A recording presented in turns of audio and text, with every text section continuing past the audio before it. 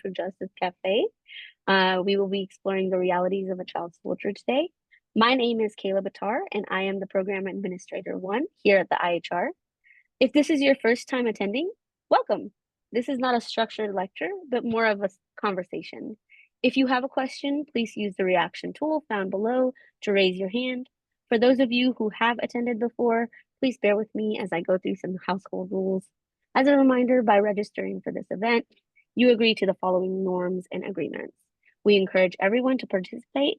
This is a discussion, not a debate or a competition. Embrace think time and allow for pauses.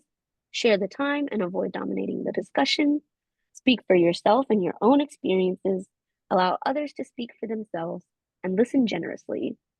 So, the purpose of all UAB Institute for Human Rights programs, activities, and endeavors is to foster collaboration, scholarly exchange, and academic learning related to human rights. Without further ado, I would like to introduce Jennifer, who will introduce our speaker for the day. Hello, everyone. I am Jennifer Ludwig. I am going to be your moderator for today's discussion, but I am not nearly as interesting as the two speakers we have here today. Today, we're going to talk about child soldiers, and particularly James Lual Atak and his harrowing experience as a child soldier. He will share what it was like being a child soldier in South Sudan and how he is now protecting others from similar fate.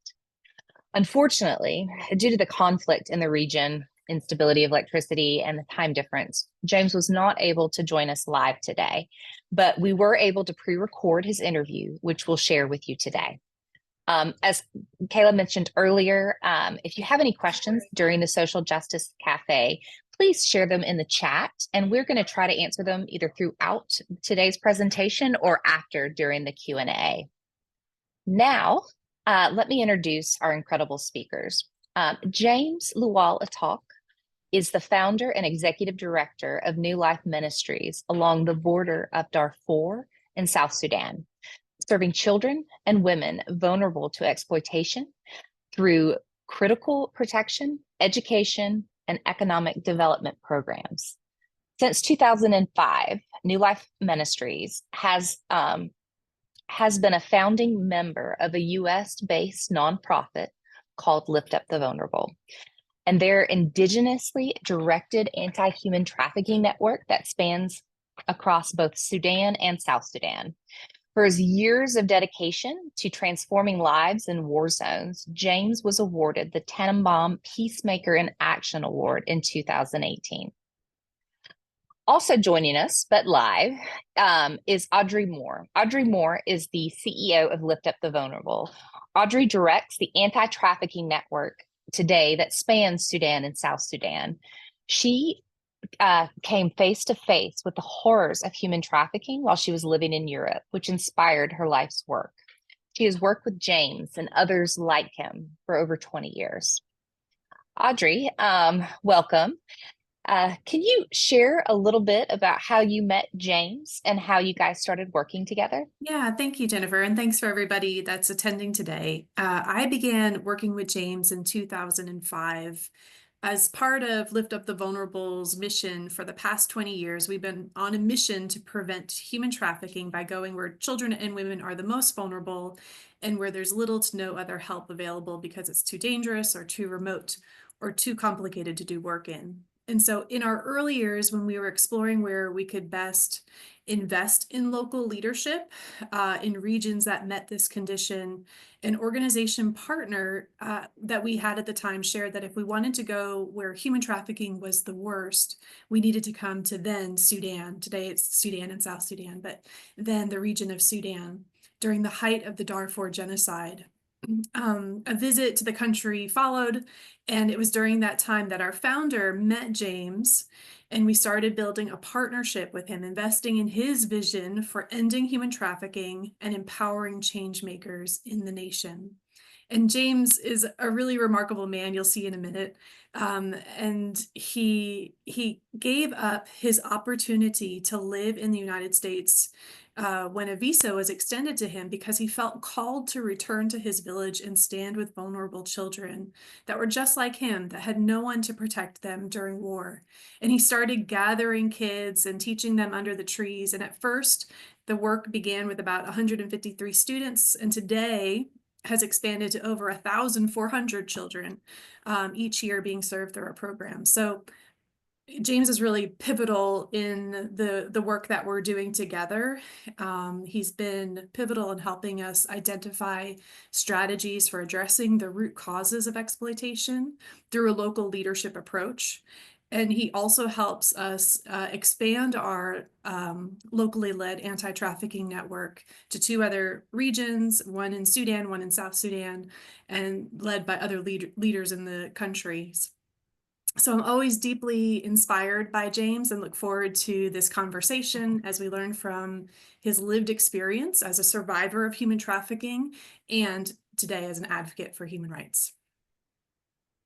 Wow, thank you for sharing. What an amazing story. I mean, he went back just to sit under the trees and teach hundreds of kids, and that's just absolutely amazing. Just to preface, some of you guys are like, hey, I'm here to talk about child soldiers, and they keep saying trafficking. I want to put some clarity around that. So children being forced to become soldiers and fighting the wars are another form of trafficking. So you'll often hear us referring to that, and almost they're one and the same, kind of. But if you hear both, no, we're still talking about child soldiers and the fact that he was trafficked and forced to become a soldier for various fractions.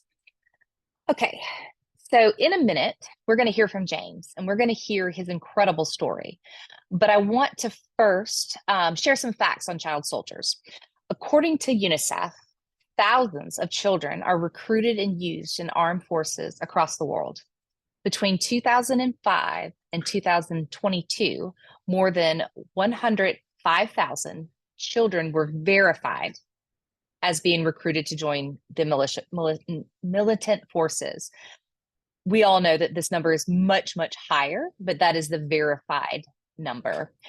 Recruiting children to serve as soldiers is a disturbing aspect of warfare that has existed for centuries. This practice usually occurs during civil wars, periods of political instability, social upheaval, and resulting in the exploitation of vulnerable groups, particularly children. Various fractions have recruited children in Sudan and South Sudan to strengthen their ranks. These groups often forcibly conscript children from their communities. Some of these children are as young as 3 years old and are used in combat roles, support position, or some are even used as sex slaves. This situation highlights the severity of the humanitarian crisis in the region. Efforts to combat the use of child soldiers has been implemented internationally, including legal frameworks and rehabilitation programs. However, significant challenges still remain as we've got political instability and continue to fuel this tragic phenomenon. Today, we will hear the story of James Lual Atak, who faced the tragic experiences of being forced to become a soldier at just 8 years old. While his time spent compelled to kill is heartbreaking, his remarkable journey of transforming that pain into a mission of restoration for others is truly inspiring. I hope that by listening to his story today, that you feel encouraged to take action, however you feel led, to end the practice of forcing children to fight in wars. With no further ado, I'm going to share and let James tell you his story from his voice.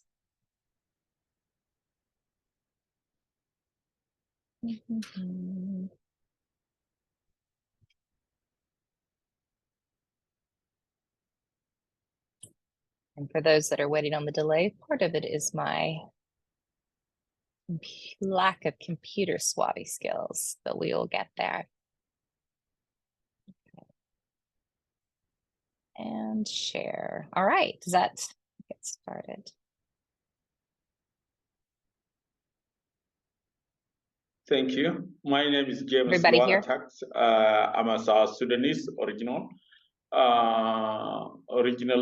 but what I want to say is about my life stories, how I joined the army or child soldier when I was very small.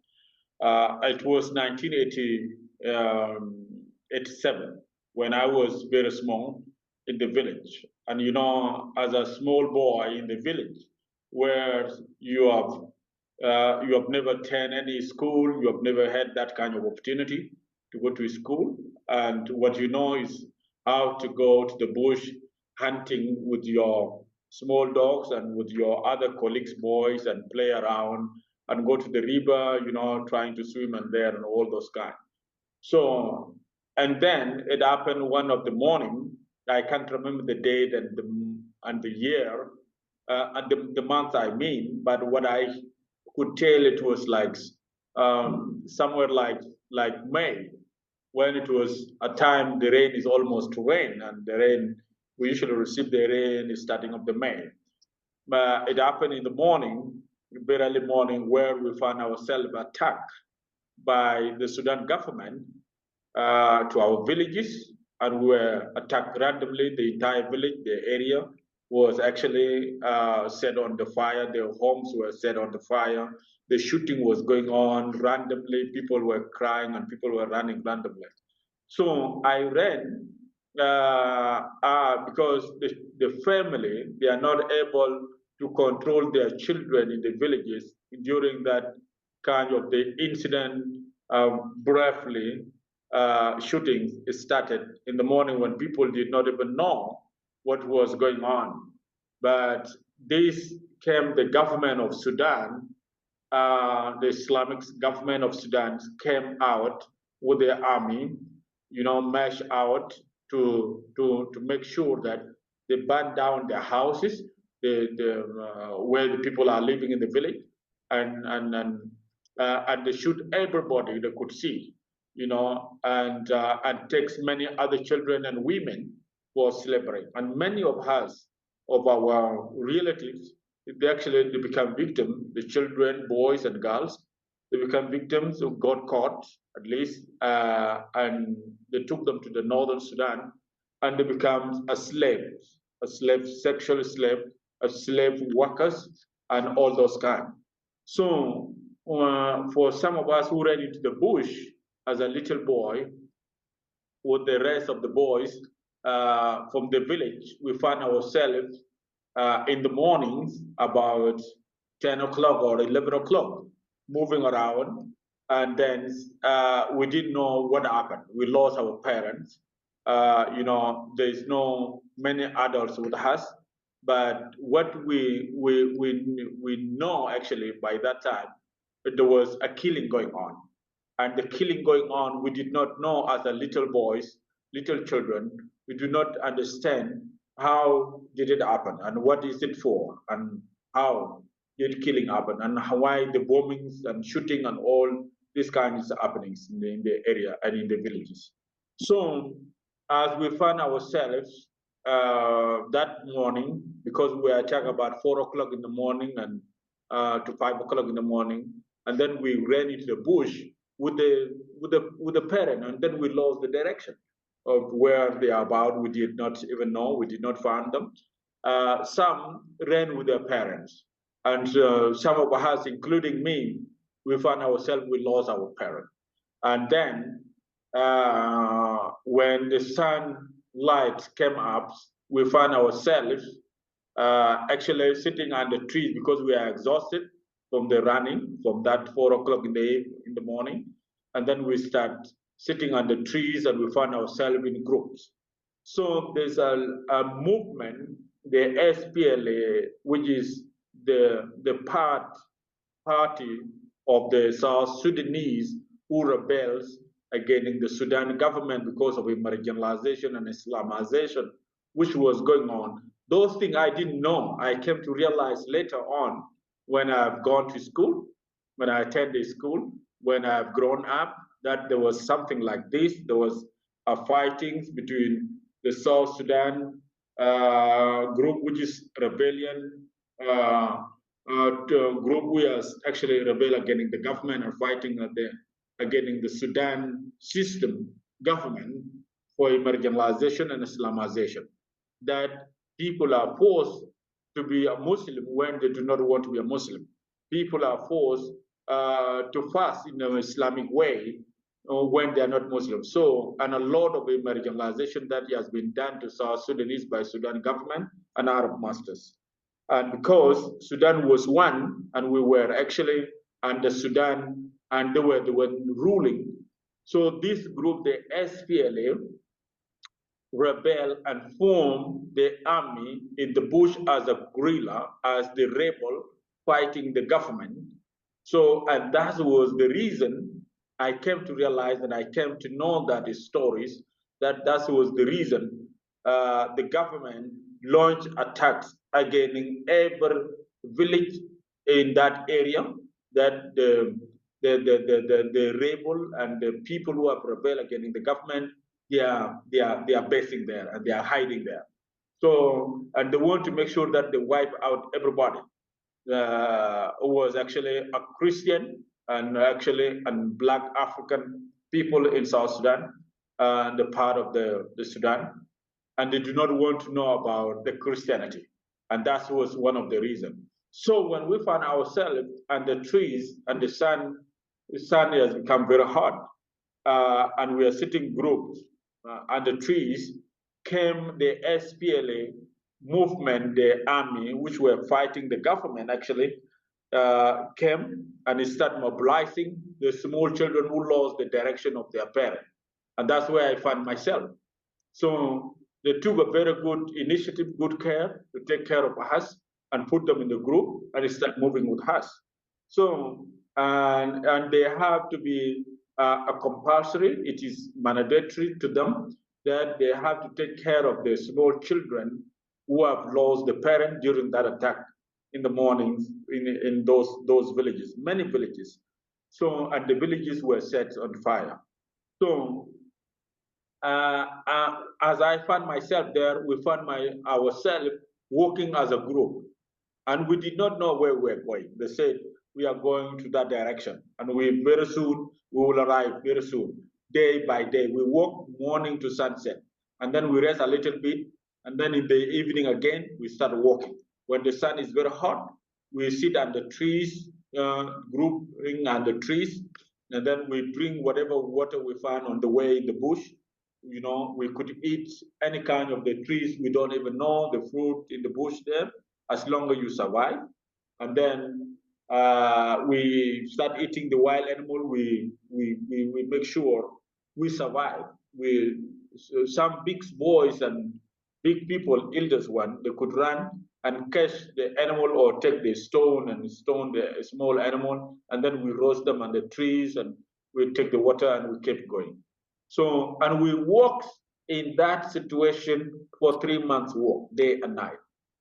And then after 3 months or a little bit more, 3 months, we arrived in Ethiopia. When we arrived in Ethiopia, I did not know if some of us knew where we were. I didn't know, but at least we were told this is Ethiopia, and this will be the refugees camp. And then the boys, small boys now, they are going to be separated from the big boys, and they will be taken aside. So by the SPLA also, which was the liberation movement trying to free South Sudanese, which has led to South Sudan right now, they did not also compromise with the small children. So what they did, they separated us and put us in our own camp as a small children. I was 9 years old. That was what I was guessing, and that's what my other elders told me, that you are a size of the 9 years old. So we were separated in those kind of the categories group and the age, and then from there, what happened? We had to build our own home ourselves. You know, we had to go to the bush, get the grass, no tools. You use another piece of wood to cut the grass, and we have to touch our grass, local homes and those kind of things. And then from there, the SPLA, which is the movement, actually was fighting against Sudan government, and they're the one controlling us in those camps for the Red Army. They said the Red Army, the child soldier. They took us to the military camp, to the military training center. So, and they said, there will be no one who will attend the school or sit idle before you are trained and the military. So it doesn't matter how small you are, you must join the military training. So as from 9 years old boy, I attended training, the military training as a child soldier. That's the beginning of the child soldier. And then from there, we stay in the camps for a couple of years. We start having the school at the tree after the training. And then we had the war again in 1991 from the Ethiopia civil war. It broke out. So when it broke out, we had to move again. We had to, we had to travel again, coming back to the southern Sudan, where we left a couple of years ago. And when we came as a refugees and a child soldier and the UN, the SPLA, which actually the liberation movement, set a strategy of how they can snatch out small children and put them into another military training, to give them another course, military training course in South Sudan when we were chased out from Ethiopia war in 1991.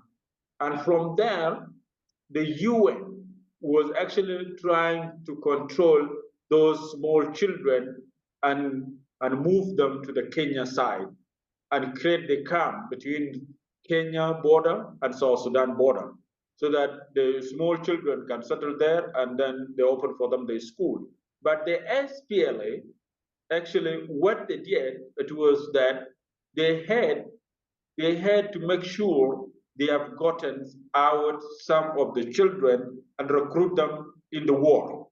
So I became one of the victims, and I was snatched out from the group. I was taken to the military training again by the SPLA, and then from there, as I was 15 years old, we were armed and we were taken to the war, to the front line. So I started handling the gun like baby, and Kalashnikov machine gun, and attend the war as a fighter. I went to the. I'm going to pause here for a second. I don't know, Audrey, maybe you can add some clarity for us. James keeps mentioning the Red Army. What exactly is the Red Army? Yeah, great question. So the Red Army refers to the youth wing of the Sudan People's Liberation Army, or the SPLA, which it was a key part in the South Sudanese insurgency against the Sudanese government. And it forcibly recruited tens of thousands of child soldiers, some as young as 12 years old. The name has links actually to Russia and China's Red Army, which existed to defend against any foreign aggressions. And for them, for the South Sudanese, this meant the fight against northern Sudan, because Sudan was seeking to oppress the indigenous people of South Sudan. And indigenous voices. And so they took on this name, assumed this name, but really it was the name for the group. The Red Army was the group of child soldiers. I actually went to a 20-year celebration of James's ministry location, New Life Ministry, and we were celebrating 20 years of community impact. And we had a large party. Over 1,000 people came from the community. And at one point, 40 or so adults came forward, and they were naming that they were all members of the Red Army. And they were celebrating that, they had fought together. It was men mostly, but also women. They had fought together, and they were just honoring that, now in front of them was 600 children that were protected and educated and didn't have to endure what they endured. It was really touching, because they were very emotional too about it, about being together. But yeah, that's the specific name for the child soldier recruitment. Wow. Thank you for explaining and kind of adding some context. All right, I'm going to go ahead and get this started again.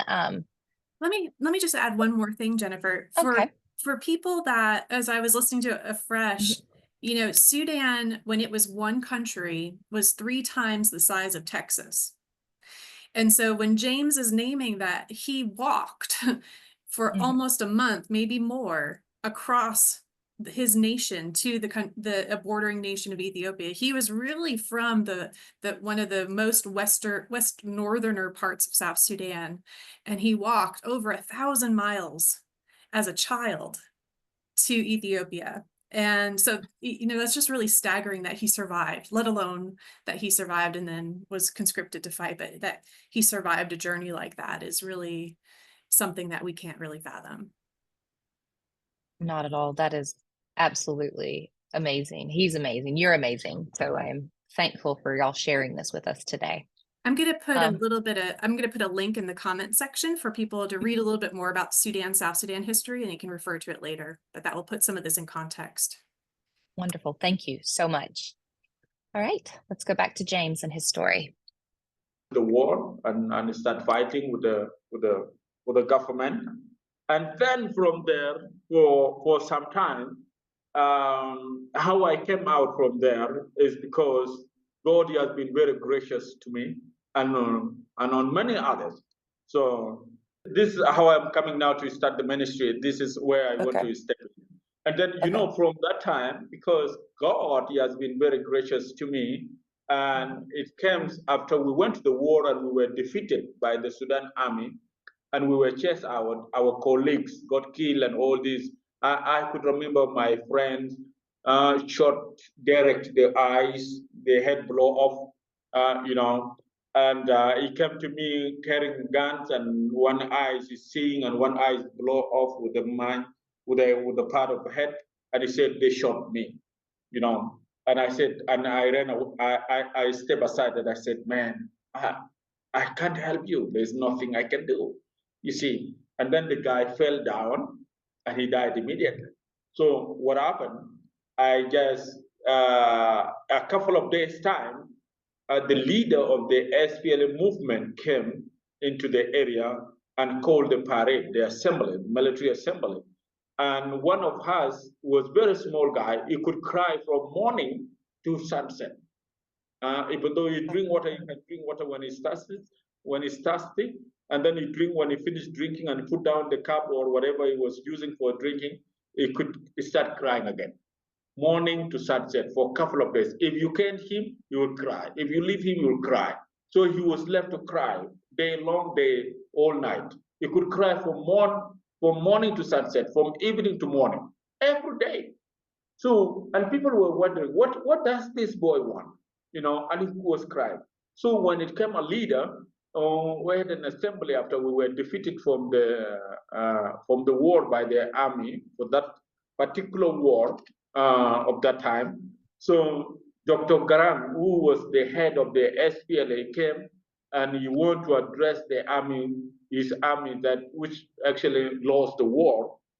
That boy was crying in the assembly. And then the boy rushed out. He ran out from the parade and he rushed to the leader. And the bodyguard wanted to stop him, and Garang said, "No, leave him." But how come this small boy is here in the war? And who say for these children to be in the war? These are the future of the country we are fighting for.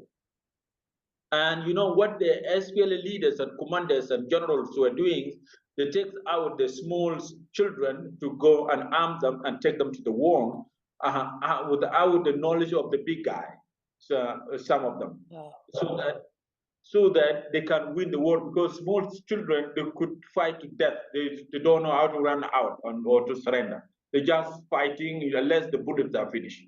So, and they use that opportunity to be a credit to them. You know, that kind of exploitation, the small children. Yes. So that's where we were in. So Garang immediately ordered one of his junior commander to mobilize the small children like that boy. And immediately from the time that boy rushed to Garang, and Garang welcomed him and he held him in his arm, he stopped crying. And this guy has been crying all the time. So he really saved us. And then Garang ordered one of his junior and said, mobilize these small children as this boy and bring them to my headquarters. And that's where I found myself mobilized, and we were brought to his headquarters. And Garang opened the school and the trees for us. He's still in the front line. And whenever the army is defeated, we are taken back. Whenever army is defeated, we are taken back. And then from there, I found opportunity talk to one of the commander, and he sent me to Uganda. To say you have a bright future. I could tell you could be could be someone in future. You could be a leader. So what do you want? I said, I want to go to school. And he said, okay, where? I said, I want to go to Uganda. And he sent me to the refugees camp. When I came to the refugees camp, to his house, his wife also made me as a worker in his house. I'm the one, washing up the clothes. I'm the one taking care of children. I was the one doing all the cooking and all those kinds. And I found myself, I could not even attend the school very well. And I said, no, this thing, I cannot handle it. I'm here to attend the school. So what I want to do is to leave because I had some of our group, who came to the border, who got lucky and they were brought to the border between Kenya and South Sudan by the UN. They got opportunity to have the resettlement to the United States. That's the time the George Bush gave the resettlement. So I came and I found myself in Kampala in Uganda, and I became a street child because I did not know anybody. So I could sit by the roadside and eat whatever is left over by the road, by the workers, the construction, the real estate. I go where they are working. And then when the women come with the food to sell the food for to the workers, the construction laborers, and then whatever left, the leftover for the food, that's what I go, I collect the plates, I collect, I see which one is better one food, someone has ate very nicely. I take it aside, I eat, and I go there, bring water, and I sit under the tree.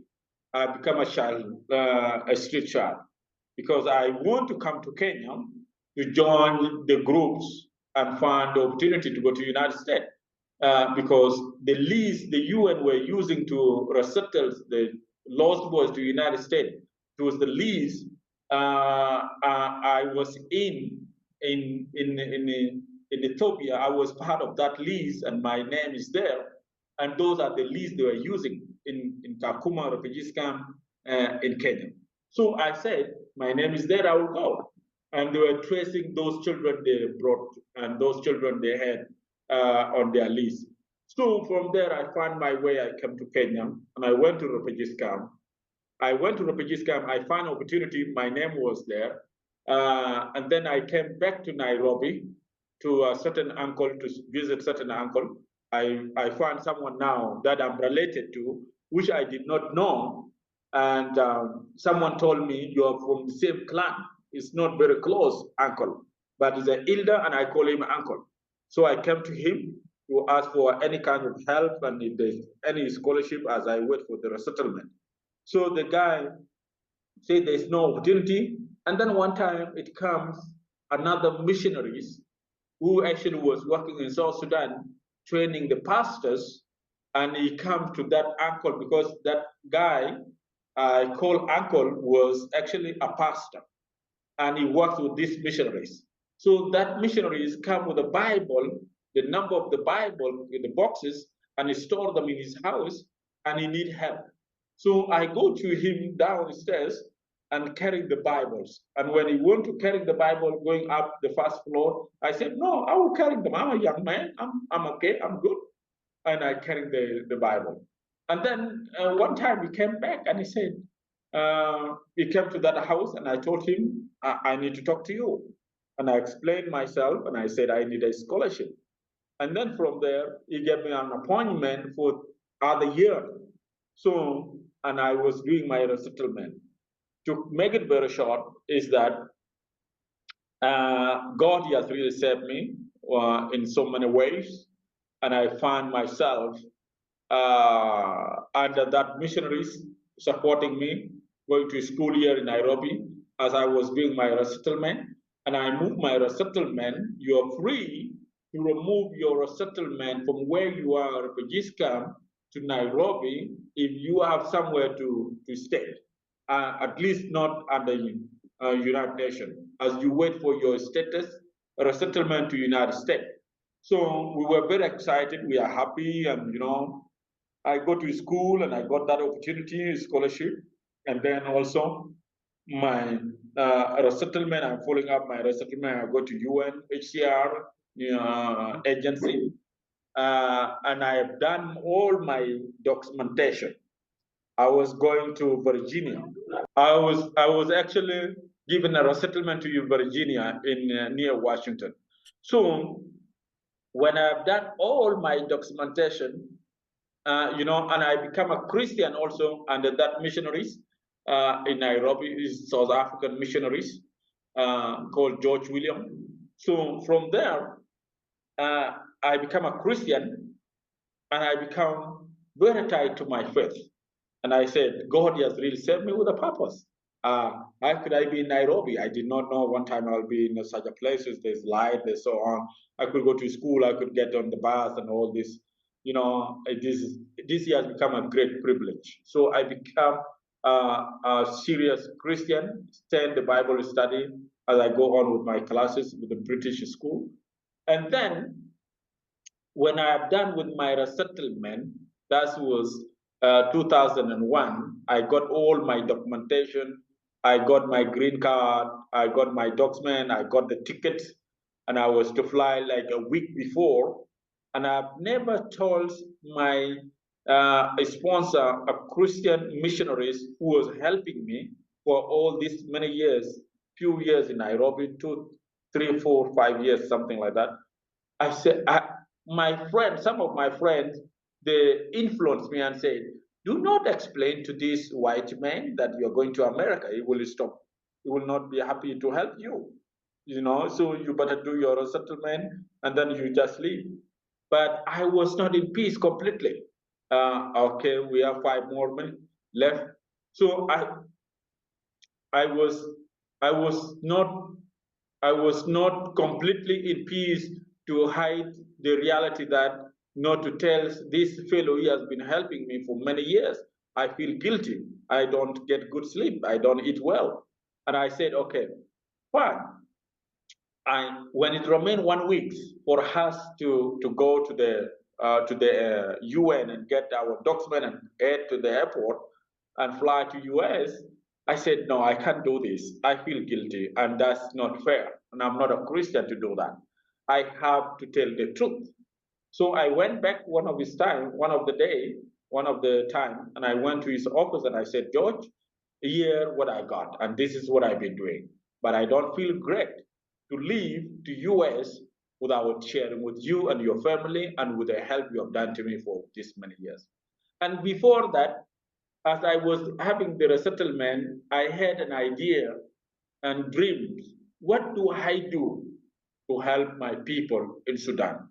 The children, the victim that who fell the same situation, the same, those who are living as orphan as me, those who are street children, those who have been victimized, those who have been subjected into such a situation like the way I were in before. So I had an idea and I said, I need to have a proposal to set up an organization that will stand for the vulnerable people because I was vulnerable. And again, I went and I wrote the proposal and I was having it with me and I shared with the guy. And then when I came to tell him that this is what I've been doing to go to US, but I didn't tell you, but I need the blessing from you that you go as my son, and I've taken care of you and take good care of yourself if you are fine with it. And he told me, James, this is great. If you want, you can go. But you said you had a dream. You want to help your people. How will you help your people? So I said, okay, fine. I will think about it. And from that moment, he told me, what about your dream? I felt a touch. And I said, no, I have to pursue my dream. And I stayed for a couple of days, and I went to the UN with my document, with my tickets, and I told UN, UNHCR, the head of the resettlement, I said, I have come back because I have a dream. And he said, what dream, James? I said, I have a dream of going back to Sudan. I don't have any more dream of going to America. And he said, this is ridiculous. What are you talking about? I said, that is for the reality. That is the truth I'm telling you. I know I will live a nice life in America. I will have a comfortable life. I will drive. I will get work. I will get to school. I will pursue my more studies and get all these kind of privileges. But my heart now is not to go to America, but is to go to Sudan. And he said, you must be a stupid boy. I said, I'm not, but that's my dream. And he said, nobody has ever, I had worked with the refugees for many years, and all over the world, many people want to go to America. And no one has ever turned up and said, I don't want to go to America. You see, and I said, you have never had that, but here today you had it. Here is your document. I don't want to destroy them. I don't want to disappear when people are going to the airport. And then you look for me and check around for me, and then you don't find me. You see, I better to tell you the reality. So here I'm not going to America, and here are your documents, your tickets, your everything, and I'm going back to Sudan. And he said, are you sure you will not come back tomorrow? I said, you definitely 100% sure you'll never see me at your gate. And he said, okay, fine, you leave, confirm. And your papers are cancelled. He teared them and he said, you're done. You have no any more resettlement status. I said, fine, I walk out. I walk out empty-handed. I didn't know what to do. I didn't know where to begin. I didn't know actually where to find the resources, but I had a dream. I said, I have to go back to Sudan. I want to pause here for a minute just so we can kind of grasp this concept of giving up this American dream to go back and save his people. Audrey, can you put some of James' story into context for what it was like for kids in Sudan and South Sudan today? Yeah. So what James experienced, unfortunately, is still a reality for the majority in both countries. Child soldier recruitment is still current, especially with the war in Sudan, where there's over 11 million people who are displaced from that war, and close to 25 million, which is half of the population, are experiencing food insecurity. We have another center in the Nuba Mountains of Sudan, and we've recently, just a few months ago, we had our recruitment period, and we rescued 2 youth who were recruited to fight in the civil war that is ravaging that country. So it's still, sadly, it's still something that is around. And due to reduced regulation between non-state forces, like in Sudan, the militia group that's perpetrating the war is called the Rapid Support Forces, and government troops like the Sudan Armed Forces both are recruiting child soldiers, which makes the issue more difficult to challenge. Even James mentioned when he was sharing that the big guys didn't know what was happening by mobilizing small children. But when General John Garang found out, who was the leader of the SPLA at the time, he started dismantling the systems that had conscripted youth, and he set James and the others free that he had encountered. But many children today are forcibly recruited and used by armed forces or groups, but others are pushed into joining armed groups or forces because of socioeconomic factors, like suffering from poverty, like hunger, and being promised food if you join the military, or displacement and familial separation and being offered community. So others join voluntarily, arguably with little comprehension of what participation might involve. You know, James shares a story about seeing a child that he was fighting with, and he blew a hole into his head, and he didn't know how to help him, so he just saw him suffer and die. He was too young to be able to help. So for James, it was a little bit of both. He was both a refugee living in camps in Ethiopia and then promised school and food by the army during his training. And so there's the displacement and the need that helped lead to his conscription as a soldier. More boys than girls are used by armed forces and armed groups as fighters. They use children as fighters, as spies, as suicide bombers. Some serve as cooks and messengers, and often they enter into child marriages. So out of the formerly released children that we have documented, 12% are girls. And girls are often used by armed groups disproportionately, are subjected to sexual and gender-based violence.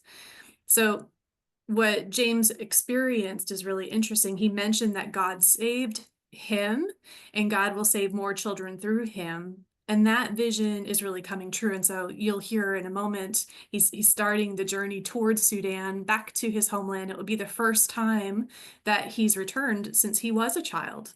But his vision was so strong that he knew he was being called to make a difference. And since 2005, nearly 4,000 children have benefited through our programs because of him holding on to that vision and doing something that is extraordinary and strange and that people mocked and thought was crazy. So you'll hear more in a moment about what that next phase of living out his dream is like.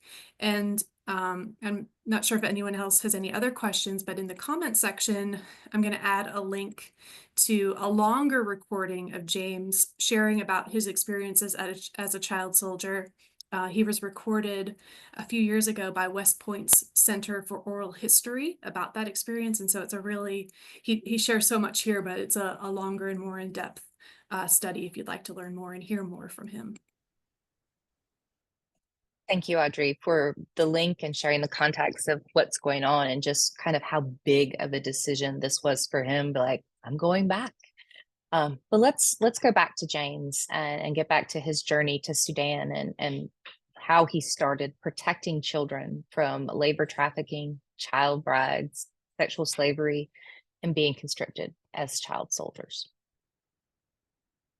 So here I came back one of the day and I told my friend missionaries, you know, I've canceled going to America. And he said, why? How could you do that? How are you going to leave? I said, I'm going back to Sudan. And he said, James, you're going to suffer. You don't know Sudan. You have never been there for quite a long time.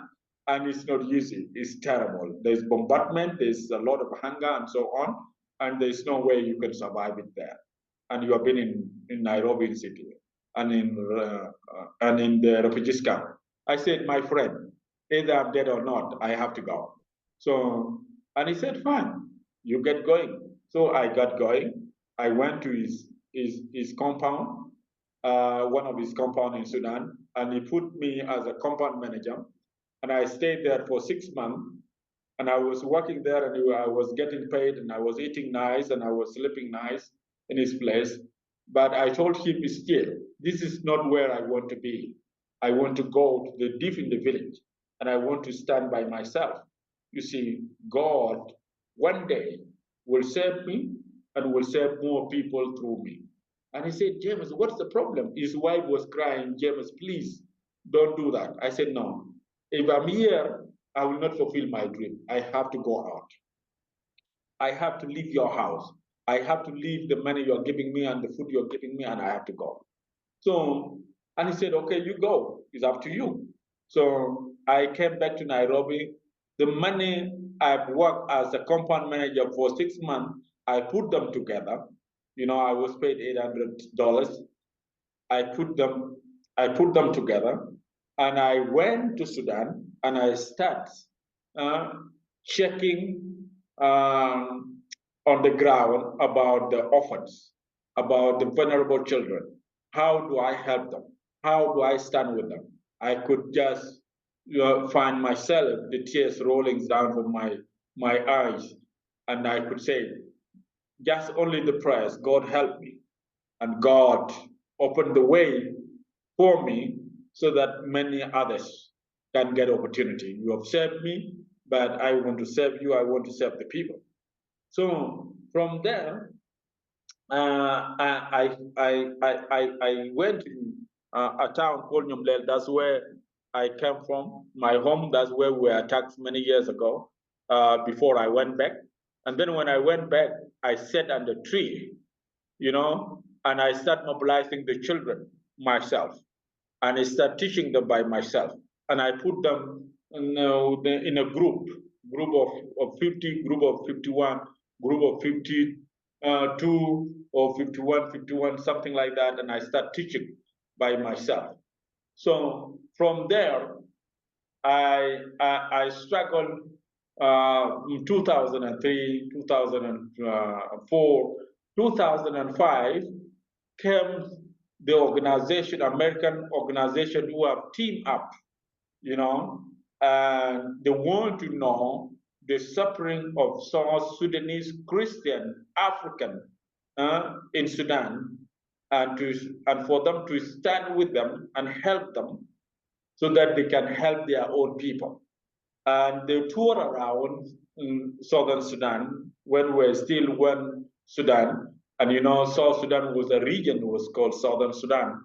So they toured around the Southern Sudan. And then my place was the last destination for them to see what I was doing. And then from there, they could fly out to Nairobi and then fly back to US. There was 5 organizations or 3 organizations who team up, a Christian American organization, and start touring. So when they came to my place, they found me cycling, and I was having this 153 and the tree, teaching them by myself. And they were really surprised. And they said, what are you doing? Are you the James? I said, yes. They said, we heard about you, how you're doing all this by yourself, and how you're taking care of the orphan. But how have you been doing all this? I heard even the Darfurian, you heard about genocide from the Darfur. There's so many displaced Darfurian sitting under trees with their children, women, and all this, and the elders who want. So I go to them, I preach to them the gospel.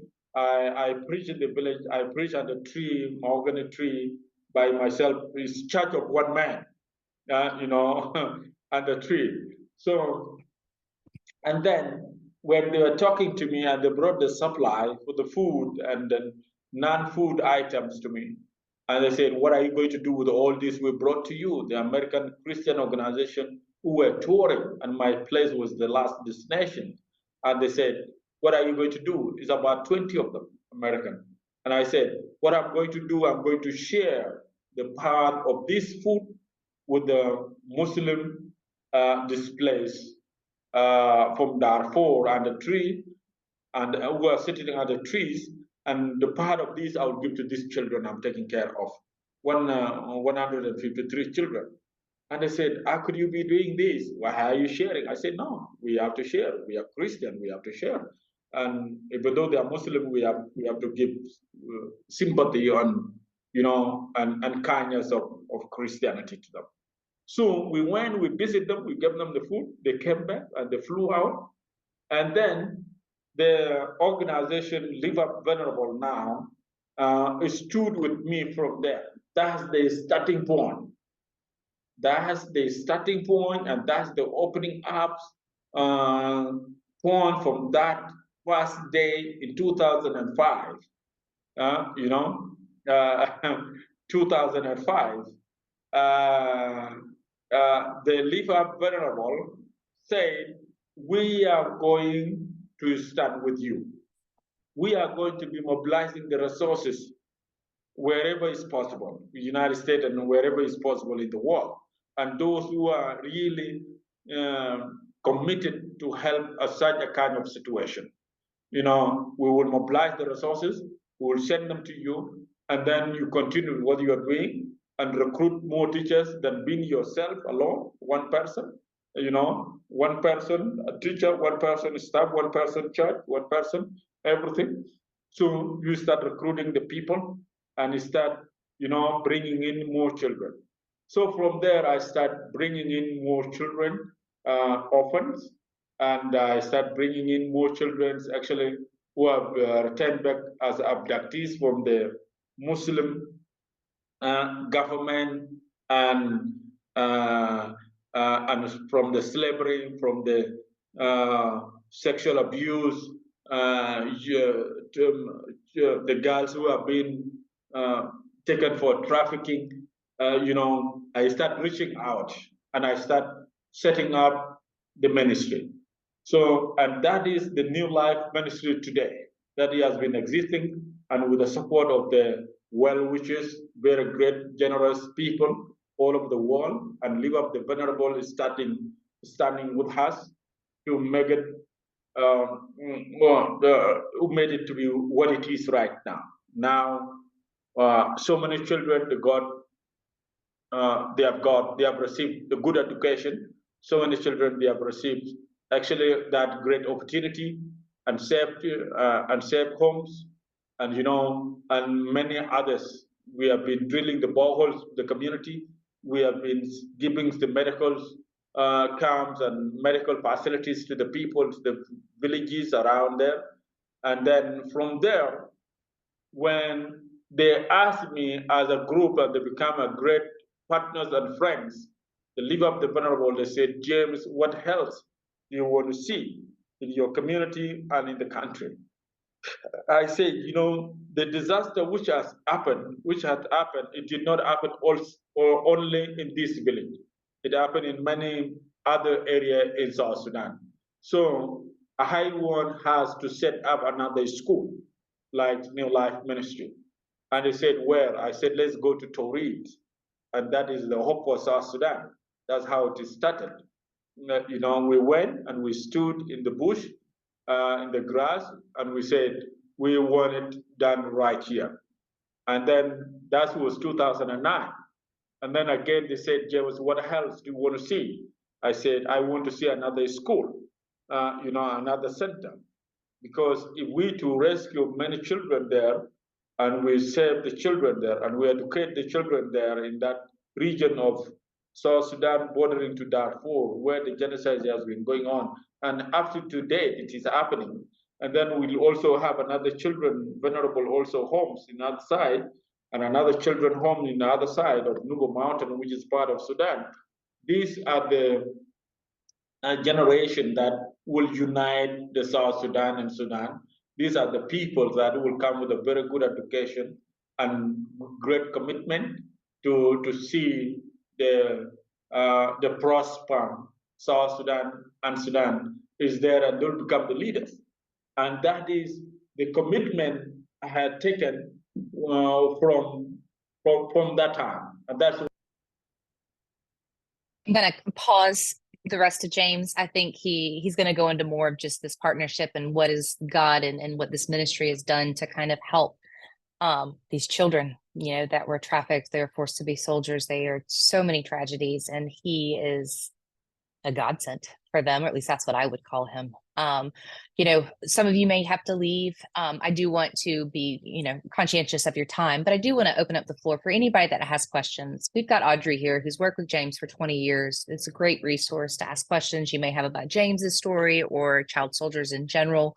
Here's our time to learn from each other and hopefully, use that time that learning to kind of propel us forward to do something to change this. So no child should ever be forced to hold a gun and kill somebody.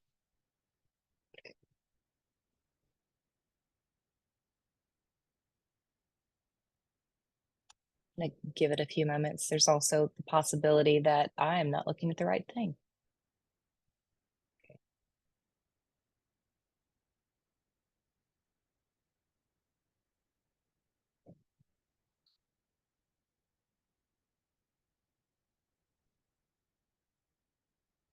Okay, here's one. What are some action items we could do here in the US to help this cause? Audrey, can I pass this one to you, being in the thick of it? Yeah, thank you.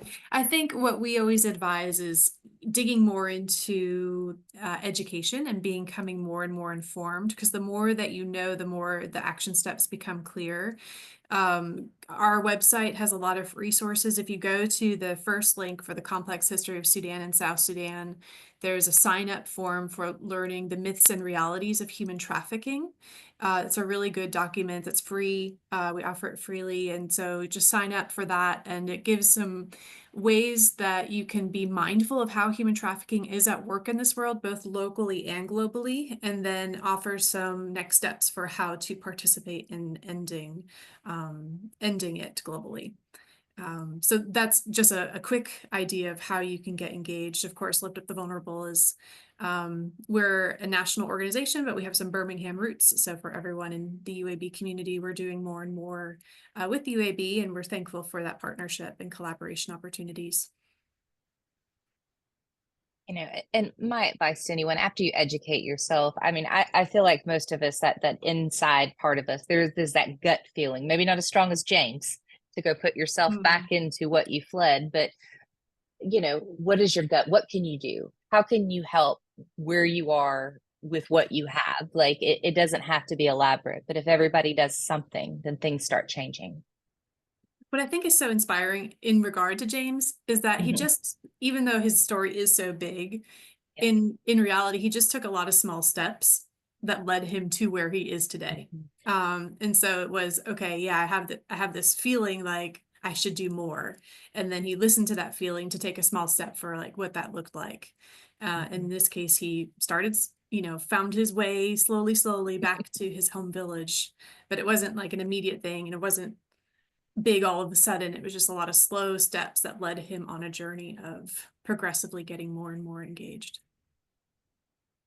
Absolutely. I found just that shocking moment, almost felt it with him when he said, yeah, they tore up my papers. I no longer had this. I was just James, it was just, I can't even imagine that kind of drive. And we're not suggesting anyone on this thing that you need to have that kind. I'm just going to go to Sudan and save them. He's from there, so a little different, but we all get that urge, and whatever you believe in, we're not pushing faith in any direction here, but anything that internal mechanism inside says, hey, you should do this, or you should write this. I mean, even just writing on the topic, sharing it with your friends, sharing resources and newspaper articles, that's a great way, because we all need to be aware. One of the most heartening things I hear right now is people saying, oh, I can't listen to it, I turn off all the news. And I think Kayla, you said it best. She was like, we don't have that luxury. Like, we need to listen, because that's how we change things. That's what we need to learn. We need to educate ourselves so that we're informed about what is going on and how we can make a difference, or what our heart's pulling us to change. What do we need to change? How do we get involved? Most of you here got on this call because you're curious about child soldiers. And so here you already have that first inclination that something in you said, listen to this talk. So listen to it again. Check out the resources on Lift Up the Vulnerable. Do a Google search. It is a great way to continue to educate yourself and just keep following that one step at a time. Right, Audrey? Yeah. And I just dropped my email, and Alex Hill, who's also on this call, both of us work with Lift Up the Vulnerable, and we are aware of other organizations out there. We're happy to be a resource to get you plugged in for where you might feel the itch and want to scratch that itch to get involved. Oh, wonderful. Well, I cannot thank you enough, Audrey, for your time today, for getting us connected with James, for Institute for Human Rights for allowing us to have this space to be able to discuss such a heartbreaking topic, but in a way that we're getting together because we want to see things change. We come to these meetings, we show up to these things that our heart gets pulled because we want to see a different world. And the more we educate, the more we take those steps, the better our world will get. So thank you all for joining us today. Thank you, UAB and the Institute for Human Rights, Lift Up the Vulnerable, and New Life Ministries for being here with us today, sharing this amazing story. And I look forward to continuing to follow this amazing journey and the changes you're making in the world. And thank you, Jennifer, for being such a wonderful facilitator today. And with that, folks, thank you again for attending. I hope you all have a wonderful rest of your day and join us for our next Social Justice Cafe on domestic violence and reporting issues on campus. All right, y'all have a great one. Thank you. Thanks. Bye.